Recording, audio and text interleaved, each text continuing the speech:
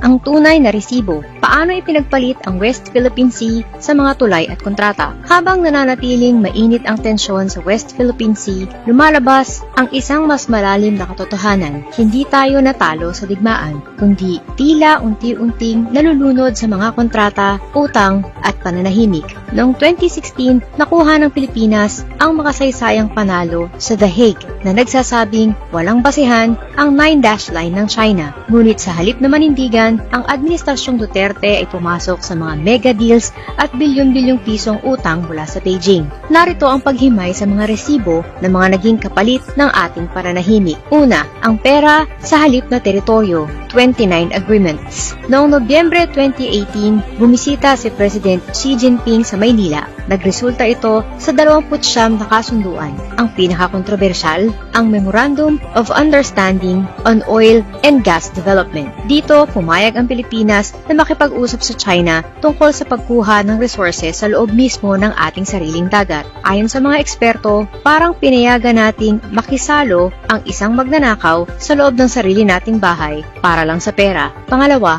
ang bitag ng mga Chinese loans, Chico River at Kaliwa Dam. Ipinangako ng China ang tulong sa ilalim ng programang Build, Build, Build, ngunit may mga hidden condition ang mga pautang na ito, Chico River Pump Irrigation. Nangutang ang Pilipinas ng 3.7 billion pesos at ang kondisyon, Chinese contractor ang dapat gumawa, Chinese ang materyales at Chinese ang mga makina. Ang resulta, Pilipinas ang may utang pero ang pera ay bumalik din sa mga kumpanya ng China bilang kita. Kaliwa Dam, isang $211 million na utang na may 2% interest mas mataas kaysa sa alok ng Japan. Bukod sa utang, sinasabing sinagasaan ito ang karapatan ng mga katutubong dumagat at ang kalikasan sa Sierra Madre. Pangatlo, ang mga tulay na regalo pero may kapalit. May dalawang sikat na tulay sa Maynila na tinawag na regalo ng China, ang Binondo Intramuros at Estrella Pantaleon Bridge. Bagamat grant o libre ito, walang babayarang utang,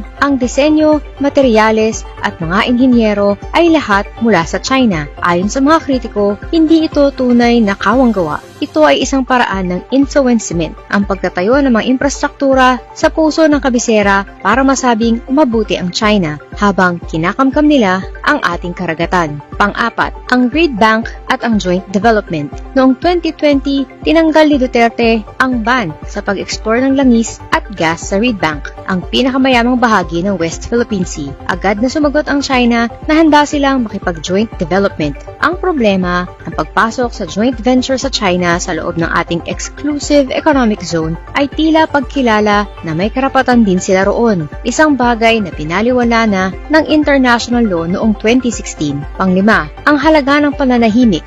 Sa bawat tulay, dam at loan agreement, tila naging mas mahina ang boses ng Pilipinas habang binubomba ng water cannon at hinaharas ng lasers ang ating mga mangingisda, nananatiling malambot ang pahayag ng gobyerno noon, habang ang mga Filipino Navy at mangingisda ay nakikipagsapalaran sa dagat sa loob ng mga air-conditioned na opisina, ang ating soberenya ay tila inuupahan o inilis sa pamamagitan ng mga kontrata. Ang trahedya ng West Philippine Sea ay hindi nangyari sa isang malaking labanan. Nangyari ito ng paunti-unti. Pinoy ang may utang, China ang may kita. Ang libreng tulay ay naging piring sa ating mga mata. Ang legal na panalo ay isinantabi para sa mga pangakong proyekto. Sa huli, ang tanong para sa susunod na henerasyon ay, kailan tayo humintong ipagtanggol ang ating dagat? Ang sagot ay hindi petsa ng giyera, kundi ang mga petsa kung kailan pinirmahan ang mga kontratang nagpatahimik sa atin.